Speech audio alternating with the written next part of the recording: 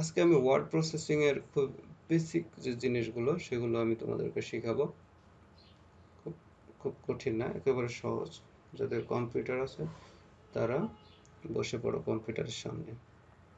যে word processing এ যখনই যাব তখন ফার্স্ট যে কোশ্চেন সেটা হচ্ছে what is word processing, name of the word processing software. তাহলে কিছু ওয়ার্ড প্রসেসিং এর সফটওয়্যারের নাম লিখতে বলছে। তো এখন দেখো, word processing is the phrase use to describe the processing of words by using a computer for creating, editing and printing documents. It is an application software. অর একটা দেখো তোমাদের বইতে যেটা দেওয়া আছে, যে software made for writing is called word processor. To write something, words are to be written arranged in a specific written system, which is called processing. This to make word processing, and the doer of software processing is called word processor. লেখালেখির জন্য যে software তৈরি করা হয় সেটা হলো word processor. আর লেখাগুলোকে সাজাতে হলে, শব্দগুলোকে সাজাতে হলে যে সাজাতে বা গোছাতে হয় সেটা হচ্ছে প্রসেসিং। বুঝতে পেরেছো? অর্থাৎ প্রসেসিং মানে বোঝা যাচ্ছে যে প্রসেস করার পর, প্রসেসিং মানে সাজানো গোছানো, এটাই বোঝায়, রাইট? তো লেখালেখি করতে হলে শব্দ বা ওয়ার্ড লিখতে হয়, রাইট? আর সুন্দর করে লিখতে হলে শব্দগুলোকে সাজাতে বা গোছাতে হয়, আর এটাই হচ্ছে তোমার প্রসেসিং। ওয়ার্ডগুলোকে যখন সুন্দরভাবে সাজানো গোছানো হয় তখন সেটা দেখতে ভালো লাগে, সুন্দর লাগে। যেমন এখানে সবগুলো ওয়ার্ড খুব সাজিয়ে লেখা আছে, রাইট? তো এইগুলো দেখতে কি সুন্দর লাগছে, একটা সামঞ্জস্য আছে। তো এই যে যে সাজানো বা গোছানোর কাজ করে সেটা হলো প্রসেসিং। আর যে সফটওয়্যার তৈরি করা হয়, অর্থাৎ যে সফটওয়্যারের মাধ্যমে লেখা হয়, সেই সফটওয়্যারটার নাম হচ্ছে ওয়ার্ড প্রসেসর। তাহলে দুইটা শব্দ পেলাম, একটা ওয়ার্ড প্রসেসর আর একটা হচ্ছে প্রসেসিং। আর এই দুইটা একসাথে হয়ে হয় word processing. Some of the popular word processing software আর, তো কিছু পপুলার ওয়ার্ড প্রসেসর সফটওয়্যার দেখো, মাইক্রোসফট ওয়ার্ড, এটা খুবই একটা পপুলার সফটওয়্যার। বাংলাদেশে বলো, বিশ্বের যে কোনো দেশে এটা ইউজ করে, খুব পপুলার একটা সফটওয়্যার। তো ওপেন অফিস রাইটার, এটাও একটা popular software. Apple iWorks, এটাও popular. Atlantis word processor, notepad. তো সব থেকে যেটা পপুলার মাইক্রোসফট ওয়ার্ড, আর এইটা সব থেকে বেশি পপুলার। আমরা যে সচরাচর যে ওয়ার্ডগুলো ইউজ করি সেটা হচ্ছে মাইক্রোসফট ওয়ার্ডই। বাংলাদেশের মানুষ তো বেশি ব্যবহার করেই, এগুলো ব্যবহার করে, নোটপ্যাডও ব্যবহার করে, তবে মাইক্রোসফট ওয়ার্ডটাই বেশি ব্যবহার করে। অন্যান্য দেশেও এটা খুব বেশি ব্যবহার করে, কারণ এটা খুবই সহজ একটা জিনিস এবং অনেক কাজ আছে এর ভিতরে। তোমাদের আমি জাস্ট সিম্পল যে জিনিসগুলো সেটাই দেখাবো, বেশি কিছু এখানে দেখাবো না। সিম্পল জিনিস যেগুলো, তো তোমরা যখন এটা কিভাবে ওপেন করবে সেটা আমি তোমাদেরকে শেখাবো। তো এখানে প্রথমে দেখো, একটা ওই যে উইন্ডোজ বাটন, স্টার্ট বাটন দেখো দেওয়া আছে একটা। এখানে সবার কম্পিউটারে এই বাটনটা থাকবে, স্টার্ট বাটন বলা হয় এটাকে। তো স্টার্ট বাটনে যখন ক্লিক করবে তখন এরকম একটা ইন্টারফেস আসবে তোমাদের সামনে। যেমন দেখো যে আমার এখানে, এখানে যে প্রথমে আছে ওয়ার্ড, মাইক্রোসফট ওয়ার্ড 2010, রাইট? তো এখানে আমি 2010 ইউজ করছি। এখানে তোমার কারো কম্পিউটারে 2003 থাকতে পারে, 2007 থাকতে পারে, 2013 থাকতে পারে, 2016 থাকতে পারে। তো এগুলো হচ্ছে এক একটা ভার্সন, সব ভার্সনগুলো প্রায় সেম। সামান্য কিছু ডিফারেন্স আছে, বেশি কিছু না, সবগুলোই সেম। তো এখানে আমি 10 ইউজ করছি। তো এখানে ক্লিক করলে আমার এটা ওপেন হয়ে যাবে। আর এখানে যারা পাবে না খুঁজে, যারা এরকম খুঁজে খুঁজে পাবে না, তারা শর্ট তাড়াতাড়ি পাওয়ার জন্য তুমি এখানে সার্চ দিবে। কি সার্চ দিবে? MICRO, SOFT, soft. দেখো এখানে মাইক্রোসফট পুরো লেখাই লাগছে না, জাস্ট খালি আমি মাইক্রো লিখলে এখানে মাইক্রোসফট ওয়ার্ড চলে আসলে চলে আসছে। তারপরেও যদি না আসে তাহলে পুরোটা লিখে দেবো মাইক্রোসফট ওয়ার্ড, WORD, ওয়ার্ড। দেখো মাইক্রোসফট ওয়ার্ড লিখলে যদি তার কম্পিউটারে ইনস্টল দেওয়া থাকে তাহলে অবশ্যই এখানে মাইক্রোসফট ওয়ার্ড চলে আসবে। তখন এখানে একটা ক্লিক করলে মাউসের লেফট বাটনে ক্লিক করে অন করতে হবে। এখানে এরকম একটা ইন্টারফেস চলে আসবে। এরকম যখন ইন্টারফেস চলে আসবে দেখবো এখানে অনেকগুলো অপশন আছে, তাই না? যে এইগুলোকে বলা হয় মেনু বার, এগুলোকে সবগুলোকে বলা হয় মেনু বার। তো এখন এখানে ফার্স্ট যে এই অপশনটা আছে দেখো ডাব্লিউ লেখা আছে, এটা ওয়ার্ডের সাইন। তো এখানে restore, move, size, minimise, maximise, close এগুলো আছে। তো তারপরে দেখো এটা সেভ, প্রথমে যে ফাইলটা আছে অপশনটা আছে এটা সেভ। তাহলে সেভ তুমি এখানে ক্লিক করে সেভ করতে পারো, অথবা কন্ট্রোল এস দিয়ে সেভ করতে পারো, এটা শর্ট কি।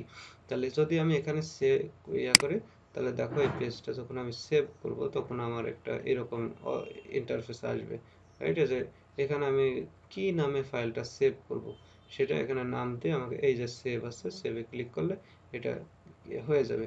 আর আরেকটা জিনিস, যে তুমি যদি এখানে কোন ফাইলে সেভ করতে চাও সেটাও তোমাকে এখানে দেওয়া লাগবে। যে ধরো তুমি আমি ডেস্কটপে সেভ করতে চাই, তখন তোমাকে এখানে ডেস্কটপ সিলেক্ট করে দিতে হবে। ডকুমেন্টে সেভ করতে চাই, ডকুমেন্ট সিলেক্ট করে দিতে হবে, রাইট? তো এখন আমি দেখি যে কন্ট্রোল এস দিয়ে যদি আমি সেভ করতে চাই, কন্ট্রোল আর এস একসাথে যদি আমি ক্লিক করি, তাহলে এরকম একটা ইন্টারফেস আসবে। দেখো ওই আগে যেটা এসেছিল ওইটাই আসছে। তো এখানে আমি সেভ দিলাম যে ওয়ার্ড, তাহলে এখানে ফার্স্ট ওয়ার্ড দিয়ে আমি সেভ করলাম। তারপর এটা ওয়ার্ড ডকুমেন্ট আছে, এখানে সেভ করলে হবে, আবার ইন্টার চাপলেও এটা সেভ হয়ে যাবে। তাহলে এটা কিন্তু সেভ হয়ে গেল, এটা আমি এখন ডকুমেন্টে কিন্তু পাবো। ওকে, এখানে তোমাদের ওখানে দিস পিসি আছে অথবা কম্পিউটার এখানে লেখা আছে, এটা আমি নাম পরিবর্তন করে আমার নাম দিয়ে লিখেছি। তাহলে দেখো এই যে ডেস্কটপের একটা সাইন থাকবে, এখানে চলে যাবে। এখানে চলে গিয়ে এই যে ডকুমেন্ট, ডকুমেন্টে গিয়ে দেখবো যে এখানে তুমি পাবে, আমরা সেভ করেছিলাম কি নামে, সেভ করেছিলাম ফার্স্ট ওয়ার্ড, তাই না? ফার্স্ট ওয়ার্ড দিয়ে সেভ করেছিলাম। কই, এই যে দেখো ফার্স্ট ওয়ার্ড এখানে আসছে, ফার্স্ট ওয়ার্ড, এই যে ফাঁকা পেজ। হ্যাঁ, তো এরকম। তো এখানে যদি আমরা কোনো কিছু লিখতে চাই, তো আগে পরিচিত হয়েছে, তাহলে এখানে দেখো এই যে ফাইল, আমি যদি এখানে ফাইলে যাই, ফাইলে গেলে দেখো অনেকগুলো অপশন আসছে এখানে। সেভ, সেভ মানে তো যেটা আমরা সেভ করছি এটা সেভে ক্লিক করলে ওইটাই সেভ হয়ে যাবে, এটা সেভ হয়ে গেল। আমরা যে ফাইল তৈরি করেছি ওটাতে সেভ হয়ে গেল। এখন যদি এখানে আরো দেখো সেভ এজ আছে, এটা আমি নতুন ভাবে সেভ করতে চাই, আমি যদি এখানে সেভ এজ এ ক্লিক করি, দেখো আবার নতুন ভাবে সেভ আসছে। এই ফাইলটাকে আমি নতুন ভাবে সেভ করতে পারি, এবং এখান থেকে আমি চাইলে ফাইলটাকে আমি পিডিএফও করতে পারি। যেমন ওয়ার্ড প্রসেসিং, এটাকে আমি এই নামটাই থাকলো, থেকে আমি এখানে পিডিএফ করতে চাই। তাহলে দেখো এই যে এখানে অনেকগুলো ফরম্যাট আছে, তো এই যে দেখো মাঝখানে পিডিএফ আছে। তো এটা যদি আমি সেভ করি তাহলে ফাইল লেখাটা আমার পিডিএফ হয়ে যাবে। তাহলে এখানে যদি আমি সেভ করি তাহলে এই লেখাটা আমার পিডিএফ হয়ে গেল। তারপরে এখানে নিচে আছে ওপেন। ওপেন হচ্ছে এখান থেকে কোনো ফাইল যদি আমি ওপেন করতে চাই, আমি কোন ফাইলটা এখানে ওপেন করতে চাই, আমি যে ফাইলটা এখানে ওপেন করতে চাই সেই ফাইলটা ওপেন হবে। এই যে যেমন ওপেন করলাম, তাহলে ফাইলটা আমার এখানে ওপেন হয়ে গেল, রাইট? এখানে কিন্তু আগের ফাইলটা আছে, এই যে আগের ফাইলটা আগে আছে, এখানে ক্লিক করে পরের ফাইল, এটা যেটা নতুন ওপেন করলাম সেটা এখানে আসলো। আর আগের ফাইল যেটা এখানে থাকবে এটা আগের ফাইল। তো এখান থেকে আরো দেখো নিচে আছে ক্লোজ আছে, আমি যদি এটাকে ক্লোজ করতে চাই তাহলে আমি কোনটা ক্লোজ করব, আমি এইটা ক্লোজ করব, এটা ক্লোজ করব। তাহলে ক্লোজ করতে চাইলে আমাকে অ্যাট ফার্স্ট প্রথমে কিসে ক্লিক করতে হবে, ক্লোজে ক্লিক করতে হবে। দেখো ক্লোজে ক্লিক করছি, এটা কিন্তু ক্লোজ হয়ে গেছে, রাইট? ক্লোজ হয়ে গেছে, যেটা আমরা ক্লোজ করতে চাইছিলাম ওটা ক্লোজ হয়ে গেছে, ঠিক আছে? তারপরে দেখো ক্লোজের পরে এখানে আছে ইনফো রিসেন্ট। রিসেন্ট হচ্ছে রিসেন্ট আমরা কি কি ব্যবহার করছি, এখানে কোনগুলো লিখেছি, যেমন এই যে এখন কিছুক্ষণ আগে আমরা এটা ওপেন করলাম, BGS 05, chapter 05 word processing first word, এগুলো আমরা তো রিসেন্ট যতগুলো ব্যবহার করছি সেগুলো এখানে ডান পাশ সাইডে এগুলো কোন ডকুমেন্টে আছে সেগুলো দেখাবে। তারপরে নিউ, নিউ হচ্ছে এটা নতুন পেজে যেতে হবে কিভাবে, এটা নতুন পেজে যাওয়ার জন্য নিউ, নতুন পেজে যেতে হলে কিসে ক্লিক করতে হবে, নিউ এ ক্লিক করে এই যে ক্রিয়েট পেজ, নতুন পেজে চলে গেল। আর আরেকটা হচ্ছে দেখো এখানে 3টা পেজ হয়ে গেছে, বুঝছো? তো আরেকটা শর্ট ফর্ম আছে এখানে কিবোর্ডে যদি কন্ট্রোল এন চাপো, কন্ট্রোল এন চাপলে নতুন পেজ তৈরি হয়ে যাবে। দেখো এই যে নতুন পেজ তৈরি হয়েছে, এটা আমি কেটে দিচ্ছি, দিয়ে আবার দেখাচ্ছি। এই যে একটা পেজ, এখন এখানে আমি নতুন পেজে যেতে চাই, তাহলে আমি কিবোর্ডে যদি কন্ট্রোল এন চাপি তাহলে কিন্তু আমার নতুন পেজে চলে যাচ্ছে। আগের পেজ যেটা এটা এইভাবেই থাকবে, নতুন পেজটা পেয়ে যাবো। দেখো তাহলে নতুন পেজ এখানে চলে এসছে। তারপরে এখানে প্রিন্ট আছে, এটা দরকার নেই। সেভ অ্যান্ড সেন্ড, এটাতে যদি তুমি দেখো তাহলে এখানে তুমি যদি এটা ইমেইলে সেন্ড করতে চাও, এই তুমি যে লেখাটা লিখেছো সেটা তুমি কারো কাছে ইমেইলে সেন্ড করতে চাও, তখন এখান থেকে সেন্ড করতে পারবে। সেভ করতে পারবে, সেভ টু ওয়েব, মানে ওয়েবসাইটে তুমি এটা সেভ করতে পারবে তোমার যদি পেজ থাকে। তারপরে এখানে save to share point, share point share করতে পারবে। আর publish to blog post, blog পোস্টও এটা দিতে পারবে। ঠিক আছে, তো এই যে ক্রিয়েট পিডিএফ, এখান থেকেও কিন্তু পিডিএফ করা যাবে, রাইট। তারপরে দেখো অপশন আছে, অপশনে তেমন কিছু এগুলো দরকার নাই তোমাদের। আর আরেকটা জিনিস যেটা, সেটা এক্সিট, এক্সিট করলে এটা সব কেটে যাবে, রাইট। তারপরে এটা দেখো হোম বাটন, এগুলো সবগুলো কিন্তু হোম বাটনে, এই যে আলাদা আলাদা বাটন মেনু বার আছে আলাদা আলাদা, সবগুলোই আলাদা আলাদা আছে, রাইট। তো এখন হোমে যেগুলো আছে দেখো, এখানে প্রথমে দেখো পেস্ট আছে, আর এই যে এখানে কাট কপি। কাট কপি মানে তোমরা বুঝো, কপি মানে সেটাকে কোনো কিছুকে কপি পেস্ট করা, কাট মানে কোনো কিছুকে একেবারে কাট করে নিয়ে যাওয়া। তারপরে পেস্ট মানে ওইটা যেটা কপি করলে সেটা অন্য জায়গায় পেস্ট করা। এটা তোমরা সবাই মোবাইল ফোন ব্যবহার করো, এগুলো জানো। তো এখানে যদি আমি কোনো কিছু আমি কপি করতে চাই, জাস্ট আমি এই পেজ থেকে আমি এই লেখাটুকুন আমি কি করব, কপি করব। তখন এখানে এখানে লেখাটাকে সিলেক্ট করলাম, সিলেক্ট করে এই কপিতে যদি ক্লিক করি তাহলে আমার লেখাটা কপি হয়ে যাবে। এখানে আমি ক্লিক করতে পারি, অথবা আমি যদি কন্ট্রোল সি চাপি, কন্ট্রোল সি একসাথে, কন্ট্রোল সি যদি প্রেস করি তখন লেখাটা কপি হয়ে যাবে। কপি হয়ে তারপরে আমি যে পেজে নিয়ে যাব, যেখানে নিয়ে যাব আমি এই পেজটাতে নিয়ে যাব। তো এখন এখানে আমি এখানে পেস্ট করলেও, এই যে পেস্টে দেখো এখানে ক্লিক করলেও লেখাটা এখানে চলে আসবে। আবার আরেকটা শর্ট কি আছে, কন্ট্রোল ভি, কন্ট্রোল ভি চাপলে দেখো লেখাটা এখানে চলে আসলো। অথবা এখানে যদি আমি আবারই দেখো এখানে চাপলে এই যে আরেকটা কপি হয়ে গেল, আবার যদি চাপি আরেকটা কপি হয়ে যাবে এরকম, রাইট। এই যে কপি হয়ে গেল, ঠিক আছে। তো এইটাকে যদি আমি কাট করতে চাই, আমি কাট করব, তখন কিন্তু এই যে দেখো আগে যখন এরকম থাকছে তখন এটাতে দেখো ক্লিক হচ্ছে না। যখনই তুমি সিলেক্ট করছো, এই লেখাটা যখন সিলেক্ট করছো দেখো এটা তখন ক্লিক করা যাচ্ছে এখানে। তো এখানে যদি তুমি ক্লিক করো তাহলে লেখাটা দেখো কাট হয়ে যাবে, এই যে কাট হয়ে গেল। আবার আমি এটাকে কাট করতে পারি শর্ট কি, যেটা কন্ট্রোল এক্স। আমি এই লেখাটাকে কাট করব, যেমন এখানে আমি যদি আবার পেস্ট করে দিই, কন্ট্রোল ভি আমি পেস্ট করে দিলাম। আর এই লেখাটাকে আমি যদি কাট করতে চাই, তো আমি শর্ট কি দিয়ে কাট করব, কন্ট্রোল এক্স, কন্ট্রোল এক্স চাপলে এটা কাট হয়ে গেল। আবার যদি আমি এটাকে আমি বসা অন্য জায়গায় নিয়ে যেতে চাই, তাহলে এটাকে আবার কি করব, কন্ট্রোল ভি দিয়ে পেস্ট করব। কন্ট্রোল ভি দিলে এবার লেখাটা এখানে পেস্ট হয়ে যাবে, রাইট। বোল্ড আছে, এই লেখাটাকে মার্ক করলে দেখো এখানে মার্ক হয়ে যাচ্ছে, রাইট। তো এখানে যদি আমি বোল্ড না দিতে চাই তাহলে আমি ওখানে ক্লিক করলাম। আর শর্ট কি যদি ইউজ করি তাহলে আমি কি করব, কন্ট্রোল বি, ইতালিক হলে কন্ট্রোল আই। আর যদি আন্ডারলাইন করতে চাই, লেখাটা নিচ দিয়ে আমি আন্ডারলাইন করতে চাই, তখন আমি হয় এখানে ক্লিক করতে পারি অথবা কন্ট্রোল ইউ দিয়ে আমি করতে পারি, রাইট। তো এই যে কন্ট্রোল ইউ দিয়ে আমি আন্ডারলাইন করলাম। তো এখন দেখো যে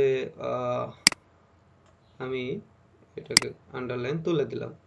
যতক্ষণ এখানে মার্ক করা থাকবে ততক্ষণ আন্ডারলাইন হয়ে থাকবে। সাপোজ আমি আন্ডারলাইন চাই না, কিন্তু তুমি এখানে এটা এইটুকুন আমার আন্ডারলাইন করার দরকার, এইটুকুন আমার আন্ডারলাইন করার দরকার, আমি আন্ডারলাইন করে নিয়েছি। এখন এটা আমি আন্ডারলাইন করতে চাই না, কিন্তু দেখো এখানে লেখার পরে আমি যত লিখবো আন্ডারলাইন হয়ে যাচ্ছে, যত কিছু আমি লিখবো আন্ডারলাইন হয়ে যাচ্ছে, রাইট। তো এইটাকে তোলার জন্য কি করতে হবে, আবার আমি ইন্টার দিয়েও যদি লিখি তাও কিন্তু যে আন্ডারলাইন হয়ে যাচ্ছে। কারণ কি, কারণ দেখো যে এখানে আন্ডারলাইন সিলেক্ট করা আছে। তো এখানে যদি আমি আন্ডারলাইন আর না চাই তখন আমাকে এখানে তুলে দিতে হবে, এটা সিলেক্টটা ক্লিক করে তুলে দিতে হবে, অথবা কন্ট্রোল ইউ আবার চাপলে, ডাবল চাপলে এটা আন্ডারলাইন উঠে যাবে। অর্থাৎ একবার চাপলে আন্ডারলাইন হবে, পরের বার চাপলে আবার আন্ডারলাইন উঠে যাবে, রাইট? এরকম। আর এইটা হচ্ছে ফ্রন্ট, উপরে যেটা সেটা হচ্ছে ফ্রন্ট। ফ্রন্টটাকে কিভাবে চেঞ্জ করব? তো এখানে লেখাটাকে সিলেক্ট করে তারপরে দেখো এই যে অনেক ফ্রন্ট আছে, এখানে বহু ফ্রন্ট, অনেক ধরনের ফ্রন্ট আছে। যেই ফ্রন্টটা তোমার পছন্দ হয় সেই ফ্রন্টটা তুমি এখান থেকে চাইলে নিয়ে নিতে পারবে, রাইট? আর এইটা হচ্ছে লেখার সাইজ, লেখাটা কত বড় হবে, বড় হবে না ছোট হবে, তুমি যতটুকু লেখা বড় করতে চাও। যেমন আমি এই ওয়ার্ড প্রসেসিংটাকে আমি হাইলাইট করতে চাই, এটা আমি অনেক বড় করতে চাই, তখন তোমাকে এই যে তুমি কত বড় করতে চাও সেটা নির্ভর করবে তোমার এই যে এখানে বিভিন্ন সাইজ দেওয়া আছে সেই সাইজের উপরে। পানির ফর্মুলা, কেমিক্যাল ফর্মুলা হচ্ছে H2O, H2O। ও, কিন্তু এভাবে যদি আমি লিখতে যাই তাহলে কিন্তু আমার হচ্ছে না, তাই না? দেখো H2, কিন্তু H2টা H এর নিচে লেখার দরকার। সিলেক্ট করব, সিলেক্ট করে এই যে এখানে যদি আমি ক্লিক করি তাহলে লেখাটা দেখো নিচে চলে গেছে, রাইট? আর এখানে এইটাও যদি না করতে চাই তাহলে এটা শর্ট কি যদি ইউজ করতে চাই, তাহলে শর্ট কি ইউজ করতে চাইলে কন্ট্রোল আর প্লাস, ব্যাক স্পেসের সামনে দেখো প্লাস আছে, প্লাস। আর আরেকটা জিনিস তোমাদের বলা হয়নি, যে যদি রাইটিং লিখতে গিয়ে কোনো জায়গায় ভুল হয়ে গেল, ধরো এখান থেকে এটা ভুল হয়ে গেল, আমি লিখছি যে উম, রাকিব, রাকিব, এই যে লিখছি, লিখতে লিখতে রাকিবের জায়গায় রাকিব হয়ে গেল, তখন আমি এটাকে কি করব, ব্যাক স্পেস আছে দেখবা যে F11 12 নিচের বাটনে ব্যাক স্পেস আছে, অথবা ইন্টার বাটনের উপরে, ইন্টার বাটনের উপরে ব্যাক স্পেস একটা লেখা আছে অথবা একটা সাইন আছে, এটাতে তুমি ক্লিক করলে এটা কেটে যাবে একটা একটা করে, রাইট? এই হলো। তো এখন আমরা যেটা বলছিলাম এখানে, যে আমি H2O লিখব, তো আমি যদি এইভাবে না লিখি তাহলে এটা শর্ট ফর্ম যদি আমি ব্যবহার করি তাহলে কন্ট্রোল আর একসাথে প্লাস বাটন যদি আমি চাপি, কন্ট্রোল আর প্লাস বাটন চাপলে ব্যাক স্পেসের লেফট সাইডের যে বাটন আছে সেই বাটন, ইকুয়াল বাটনও বলতে পারো, এটা ইকুয়াল, ইকুয়াল বাটন চাপলে হবে। তারপর এখানে লিখবো কি, টু লিখবো। এখন দেখো এখানে আমি নিচে যত কিছু লিখবো সবগুলো কিন্তু নিচে হচ্ছে, তো এইটাকে তোলার জন্য আমার তো খালি টু দরকার, আমার অন্য আর দরকার নেই, টু দরকার। তো আবার তখন কন্ট্রোল ইকুয়াল বাটন চাপলে আবার তোমার হচ্ছে এটা লেখাটা উপরে চলে যাবে, তখন আমি কি লিখবো, ও লিখবো। এখন দেখো H2O। এখন যদি উপরে লিখতে চাই, পাওয়ার লিখতে চাই, তাহলে ধরো যে এক্স স্কোয়ার লিখতে চাই, এক্স এর উপরে পাওয়ার লিখতে চাই, তখন এই যে উপরে দেখো এটা দেখা যাচ্ছে এক্স স্কোয়ারের উপরে, তখন এটা কন্ট্রোল শিফট আর ইকুয়াল বাটন যখন চাপবো তখন দেখো উপরে চলে গেছে এক্স স্কোয়ার, কন্ট্রোল শিফট আর অল্টার। আর যদি এটা শর্ট কিটা মনে নাও থাকে তখন এই যে জাস্ট কার্সরটা এখানে নিয়ে যাবে, তাহলে দেখো এই যে নিচ দিয়ে লেখা দিচ্ছে শর্ট কি, control shift plus, plus button, plus মানে হচ্ছে এখানে মাঝখানের যে প্লাস দেওয়া আছে, এই যে এই মাঝখানের যে প্লাস দেওয়া আছে, যে কন্ট্রোল প্লাস ইকুয়াল বাটন বলছে, তো মাঝখানের যে প্লাস দেওয়া আছে এটা কিন্তু একসাথে চাপার জন্য বলছে, ঠিক আছে? একসাথে চাপতে হবে কন্ট্রোল, তারপরে চাপতে হবে ইকুয়াল বাটন, এটার জন্য প্লাস, কয়টা বাটন একসাথে চাপতে হবে সেই মাঝখানের প্লাস এটা। তো এখানে আবার কন্ট্রোল শিফট ইকুয়াল বাটন চাপলে আবার তোমার এটা নিচে চলে আসবে, তখন এইভাবে লিখতে পারবো, এটার কাজ ছিল এটা। আর এই যে এখানে একটা আছে দেখো, এটা লেখাটাকে ছোট বড় করা, অর্থাৎ এইটাতে যদি আমি ক্লিক করি দেখো এখানে একটা বড় ই আছে আর এখানে একটা ছোট ই আছে, তো বড় এটা দুই সাইজ করে লেখাটা বাড়বে, তাহলে এখানে 20 আছে দেখো 22 হয়ে যাচ্ছে, তারপরে 24 26, আর এইটাতে ক্লিক করলে দুই সাইজ করে লেখাটা কমবে, যেমন 24 22 20 18, দুই সাইজ করে লেখাটা কমছে, রাইট? আর এইগুলো মোটামুটি, যদি লেখাটাকে তুমি আন্ডারলাইন মার্ক করতে চাও, লেখাটাকে যদি মার্ক করতে চাও, এটাও একটা ফন্ট, এখানে বিভিন্ন ধরনের ফন্ট আছে দেখো, এই যে এই লেখা এইটাতে এই যে এইরকম তোমার ফন্ট গুলো লেখার বিভিন্ন রকম সাইজ তুমি দিতে পারবে, হ্যাঁ, এটা। এটা তো এটা গেল। আর এই যে লেখাটাকে তুমি মার্ক করতে চাও, যে আমি এই লেখাটুকু মার্ক করতে চাই, এই লাইনটা আমি মার্ক করতে চাই। তো মার্ক করতে গেলে এই যে দেখো এ বি লেখা আছে, এ বি এর এখানে ক্লিক করবা, সাইডে সাইডে ক্লিক করলে তুমি কি মার্ক চাও, হ্যাঁ, তখন তুমি এখানে মার্ক করতে পারবে। জাস্ট এই মার্কটা ভালো লাগছে, এইটা আমি দিলাম। তারপরে লেখাটাকে কালার করতে চাই, দেখো লেখাটা আমার কালার করা আছে। এই লেখাটাকে যদি আমি কালার করতে চাই, তাহলে এখানে রেড কালার আছে, রেড কালার আমার ভালো লাগছে না। তখন এই যে দেখো এখানে আরেকটা এ আছে, আর এ এর নিচে দাগ আছে, তাই না?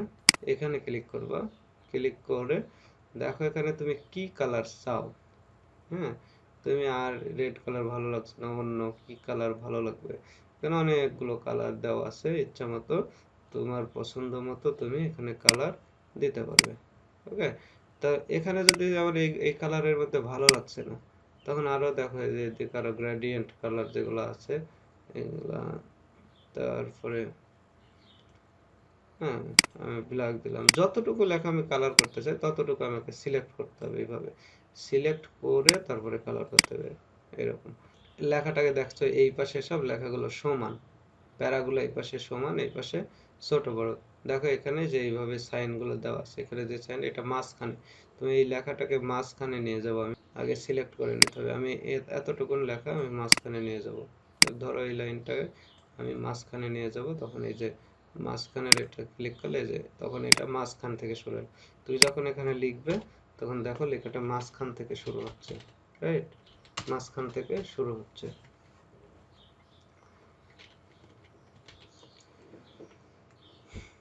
তারপর এটা গেল মাঝখানের, এটা হচ্ছে লেখাটা দেখো এই পাশে সমান আছে, লেফট সাইডে সমান আছে। লেখাটা যদি তুমি রাইট সাইডে সমান করতে চাও, অর্থাৎ তখন এটা রাইট সাইডে সমান হবে, লেফট সাইডে তখন এরকম থাকবে, রাইট সাইডে যেরকম আছে তখন লেফট সাইডে এরকম হয়ে যাবে। আর এটা হচ্ছে লেফট রাইট দুই পাশে লেখাটা সমান হবে, এটা। আর এখানে আরেকটা জিনিস দেখো, এখানে যখন ক্লিক করছি, একটা ক্লিক করার পরে আমার আর আলাদাভাবে এখানে এটা 5 নাম্বার, আমি 6 নাম্বার লিখবো, আলাদাভাবে আমাকে লেখা লাগবে না, ইন্টার বাটন চাপলে এটা হয়ে যাচ্ছে। তো এটা কিভাবে হচ্ছে, এটা দেখো এই যে এখানে বাটন আছে, তো এখান থেকে তুমি চাইলে 1 2 3 দিতে পারো, এইভাবে দিতে পারো, এইভাবে দিতে পারো, এগুলা এগুলা তোমাকে সিলেক্ট করে নিতে হবে, তাহলে এগুলা লেখা দিতে পারবে। যেমন ধরো যে আমি এখানে, আমি এটা ভালো লাগছে না, ABCD দেব, ABCD দিব, ABCD দিলাম। ABCD দিয়ে আমি এখানে লিখলাম যে রাকিব, হ্যাঁ, তারপরে আমার একটা স্পেস দেওয়ার দরকার হয়, বি নাম্বারে তারিখ, হ্যাঁ, এইভাবে আমি লিখতে পারি। এইভাবে আলাদা আলাদা করে যত লিখবে তোমার আর আলাদা আলাদা সিরিয়াল দেওয়া লাগবে না, সিরিয়াল হয়ে যাবে অটোমেটিক্যালি, সিরিয়াল হয়ে যাবে।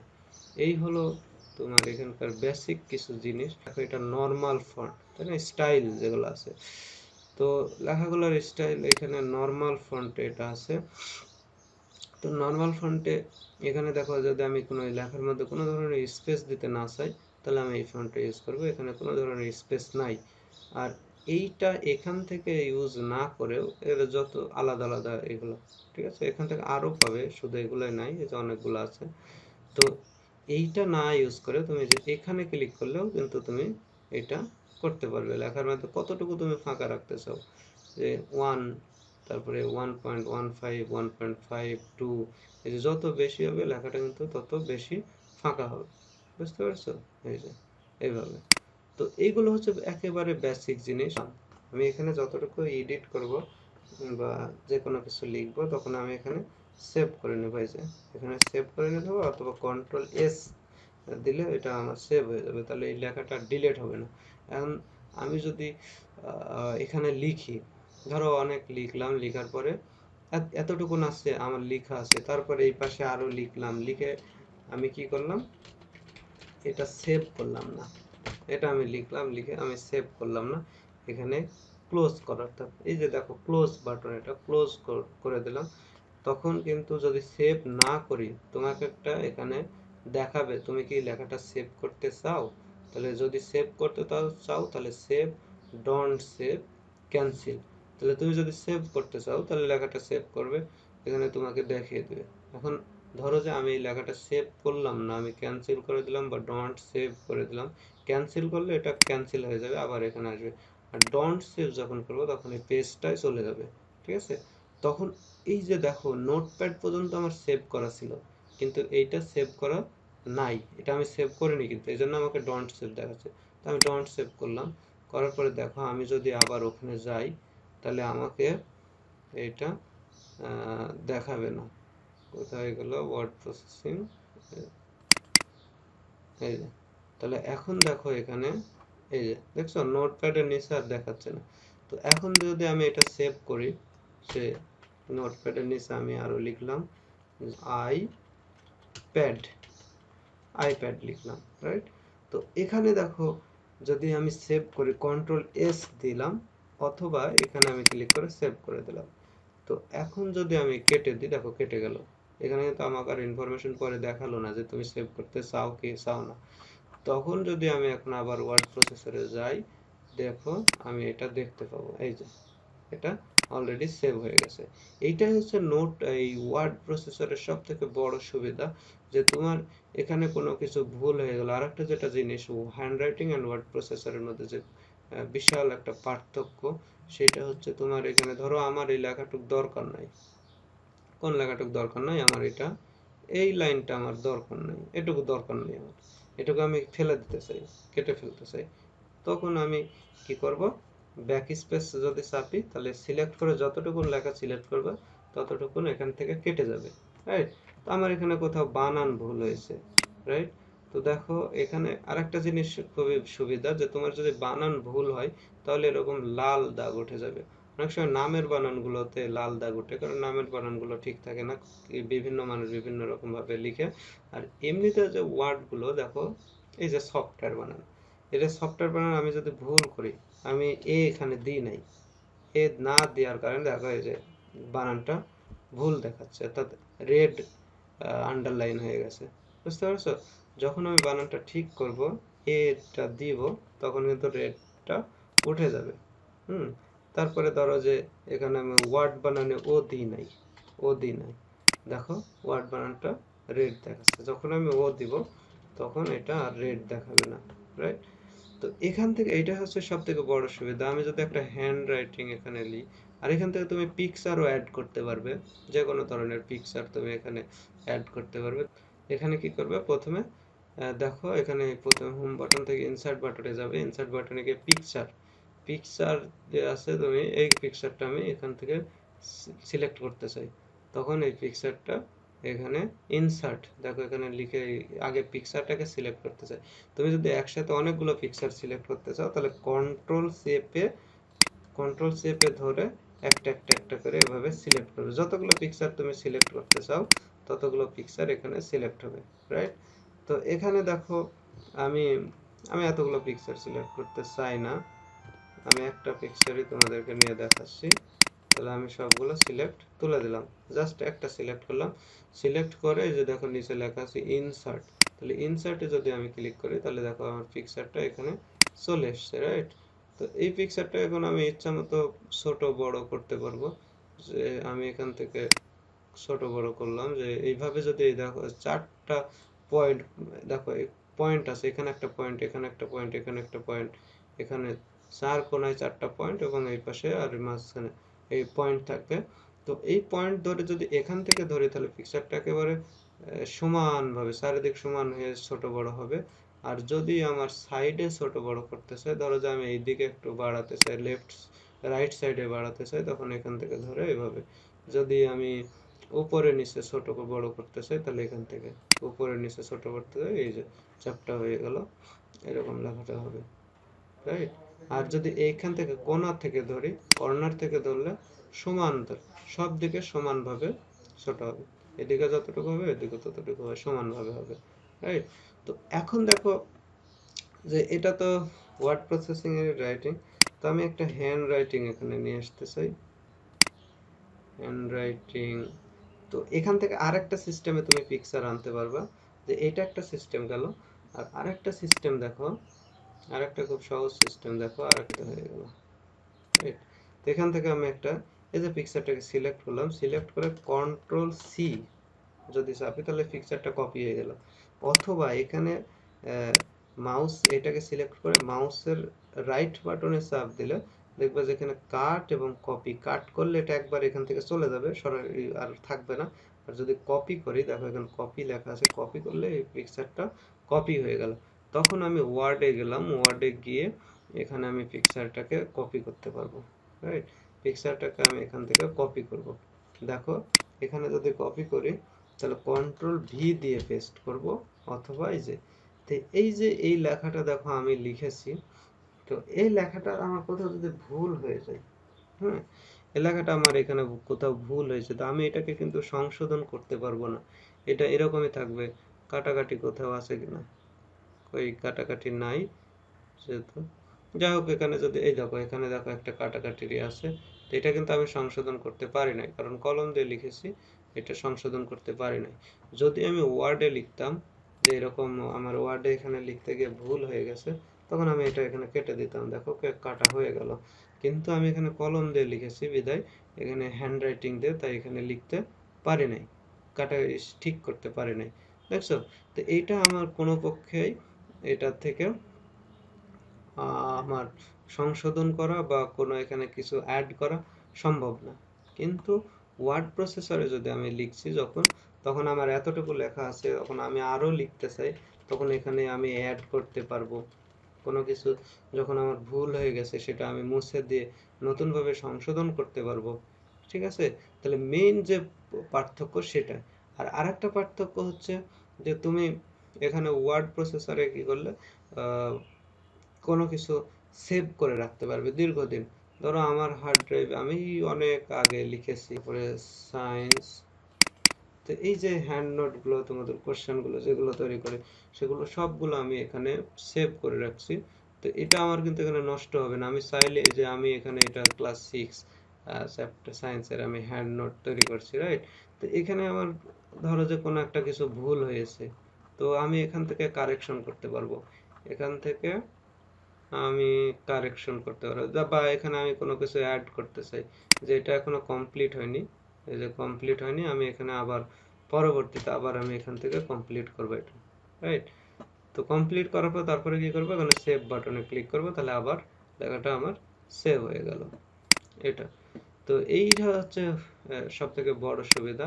আমি এখানে একটা ফাইল খুঁজে পাচ্ছি না, কোন ফোল্ডারে আছে আমি জানি না, খুঁজে পাচ্ছি না, তখন আমি এখানে কি করব, এই যে সার্চ বক্স দেখছো, এখানে একটা সার্চ বক্স আছে, তো সার্চ বক্স আছে, তুমি কি নামে লিখেছিলে ফাইলটা, ফাইলটা কি নামে লিখেছিলে, ধরো যে আমি লিখলাম যে বিজিএস, বিজিএস চ্যাপ্টার, বিজিএস, তার ধরো যে ফাইল, বিজিএস লিখলাম, দেখো বিজিএস নামে যতগুলো ফাইল আছে আমার সবগুলো এখানে চলে এসছে, এবং কোন ফোল্ডারে এটা আছে দেখো, এগুলো সবগুলো ডকুমেন্টে আছে, এটা পিডিএফ আকারে আছে এটা। তো আমি যদি এখানে ক্লিক করি তাহলে সরাসরি ওই এখানে দেখো কার্সর নিয়ে গেলে ফাইলটা কোথায় আছে দেখাচ্ছে, যে দেখো এখানে কার্সরটা নিয়ে গেলে ফাইলটা কোথায় আছে সেটা দেখাবে, রাইট? এই যে এখানে কার্সর নিয়ে গেলে দেখো ফাইলটা আছে aspire document questions class 6 BGS, BGS class 6 এর বিজিএস চ্যাপ্টারের মধ্যে আছে, এটা এরকম। তো এই ফাইলটা কোথায় আছে, এটা আছে class 6 questions class 6 BGS, BGS এর চ্যাপ্টারের মধ্যে আছে।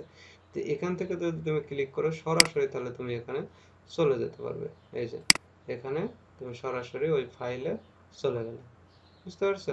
তো এই হলো এটার সব থেকে বড় সুবিধা, যে তোমার এটা বের করতে, তুমি যদি মুছে যায় তোমার মনে না থাকে, তাও তোমার বের করতে সময় লাগবে না, যে কোনো খুব সহজেই তুমি বের করতে পারবে। তো আজকে তোমাদেরকে হোম বাটন সম্পর্কে শিখালাম, পরবর্তীতে ইনসার্ট, পেজ লেআউট, কিভাবে টেবিল তৈরি করতে হয়, কিভাবে কলম করতে হয়, এগুলো আমি তোমাদেরকে শেখাবো।